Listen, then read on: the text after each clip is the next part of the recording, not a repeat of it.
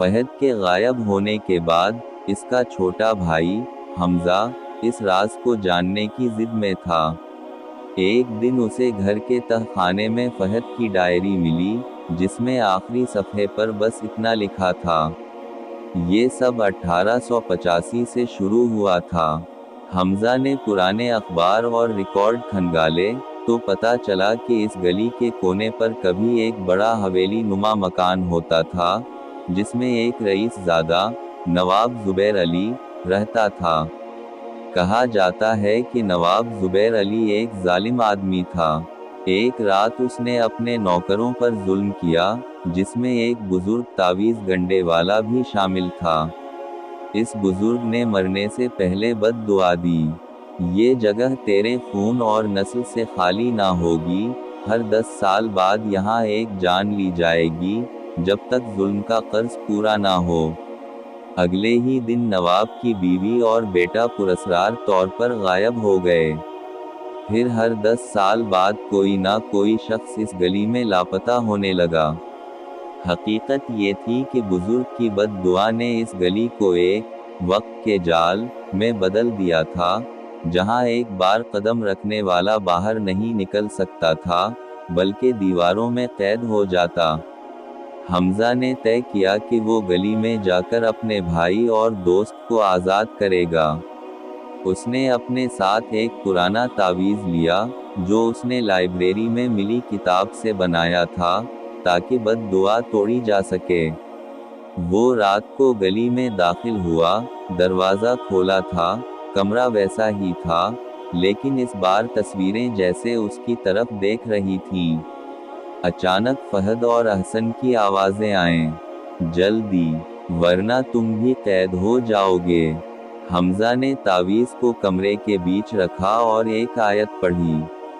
अचानक दीवारें टूटने लगें, तस्वीरें जलने लगें और एक भयानक चीख गूंजी।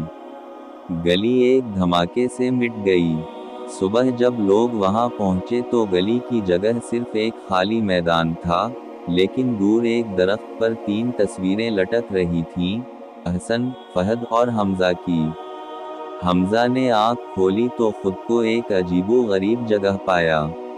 ना दिन था, ना रात, बस हल्की नीली रोशनी हर तरफ फैली हुई थी, और फिजा में एक खौफनाक खामोशी छाई थी।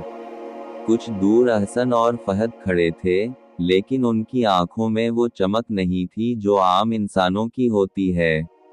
वो जैसे जिंदा होते हुए भी मुर्दा लग रहे थे। यहाँ कोई घड़ी नहीं थी, मगर लगता था जैसे सदियों गुजर गई हूँ।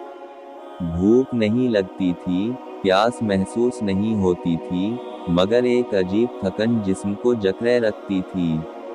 जब हमजा ने इर्द गिर्द देखा तो पता चला कि हर दीवार के अंदर धुंधले चेहरों वाले लोग कैद हैं, जो आहिस्ता आहिस्ता सरगोशियों में मदद मांग रहे हैं। कुछ के कपड़े पुराने वक्तों के थे, जैसे वो सदियों पहले यहाँ आए हों। अचानक नीली रोशनी के बीच एक कद-आवर सियाह साया नमूदार हुआ। इसकी आंखों से सुर्ख रोशनी निकल रही थी। वो बोला, यहाँ से कोई वापस नहीं जाता, यहाँ वक्त मेरा है। अहसन ने आहिस्ता से हमजा को बताया कि यहाँ से निकलने का एक ही तरीका है, हर 10 साल बाद आने वाले नए शख्स को यहाँ फांस कर इसकी जगह लेना। उसी लिए हमने तुम्हें खबरदार नहीं किया, लेकिन तुम फिर भी आ गए। हमजा को एहसास हुआ कि अब वो भी उसी कश्मकश में है, या तो वो हमेशा के लिए यहाँ कैद रहेगा, या किसी और को लाएगा ताकि अपनी जगह खाली कर सके। दूर से गली का दरवाज़ा खुलने की आवाज़ आई, नीली रोशनी मज़ीद तेज़ हो गई, और बाहर से एक नया शख्स कदम रखता अंदर आ रहा था।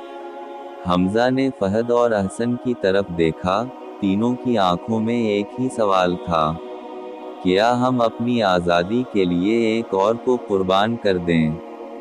गली का दरवाज़ा चरचराता खोला और एक कम उम्र लड़की अंदर आई। इसके कपड़े बारिश से भीगे हुए थे और चेहरे पर खौफ साफ झलक रहा था। वो जैसे किसी से बचकर भागकर यहाँ आ पहुंची थी। अहसन, فہد اور حمزہ ایک دوسرے کو دیکھ رہے تھے۔ سب جانتے تھے کہ اگر وہ اس لڑکی کو وقت کے جال میں پھانس دیں تو ان میں سے ایک آزاد ہو سکتا ہے، مگر کون کرے گا یہ ظالمانہ فیصلہ؟ سیاہ سایہ ان کے پیچھے آ کر کھڑا ہو گیا۔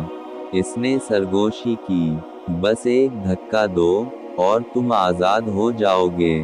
اچانک حمزہ نے آگے بڑھ کر لڑکی کا ہاتھ پکڑا، مگر دھکا دینے کے بجائے وہ بولا، بھاگ جاؤ، یہاں مت رکنا۔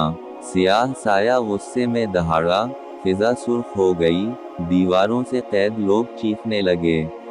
احسن اور فہد بھی چونک گئے، کیونکہ کسی نے پہلے کبھی ایسا نہیں کیا تھا۔ حمزہ نے جیب سے وہ تعویذ نکالا جو اس نے زمین پر نہیں بلکہ اپنی قمیض کے اندر چھپا رکھا تھا۔ جیسے ہی اس نے تعویذ لڑکی کے ہاتھ میں دیا، روشنی کی ایک زبردست لہر پھوٹی اور پورا قید خانہ لرز اٹھا۔ لڑکی گلی سے باہر نکل گئی، اور اسی لمحے حمزہ کا جسم دھیرے دھیرے دھند میں بدل کر غائب ہونے لگا۔ اس نے آخری بار فہد اور احسن کو دیکھا اور مسکرا کر کہا، آزادی قربانی مانگتی ہے۔ احسن اور فہد حیرت میں رہ گئے، کیونکہ حمزہ کے جانے کے ساتھ ہی قید خانہ ٹوٹنے لگا۔ قید چہرے آزاد ہو کر دھند میں تحلیل ہو گئے، مگر احسن اور فہد ابھی بھی وہاں تھے۔ تب انہیں سمجھ آیا، گلی نے قربانی قبول تو کر لی، مگر آزادی صرف اسی کو دی جس نے خود کو قربان کیا۔ باقی سب ہمیشہ یہیں رہیں گے، وقت کے قیدی بن کر۔ بارش تھم گئی، گلی ویران ہو گئی، اور باہر کہیں دور ایک لڑکی اپنے گھر پہنچی، جیب میں وہ تعویذ لیے جو شاید اگلے شکار کو بچانے کا واحد راستہ تھا۔ یہ انجام کہانی کو بند بھی کرتا ہے اور ایک نیا دروازہ بھی کھول دیتا ہے، کیونکہ اب اس لڑکی کے پاس آزادی کی چابی ہے۔ اگر آپ کو یہ کہانی پسند آئی ہو تو لائک کریں، شیئر کریں، اور سبسکرائب کرنا نہ بھولیں۔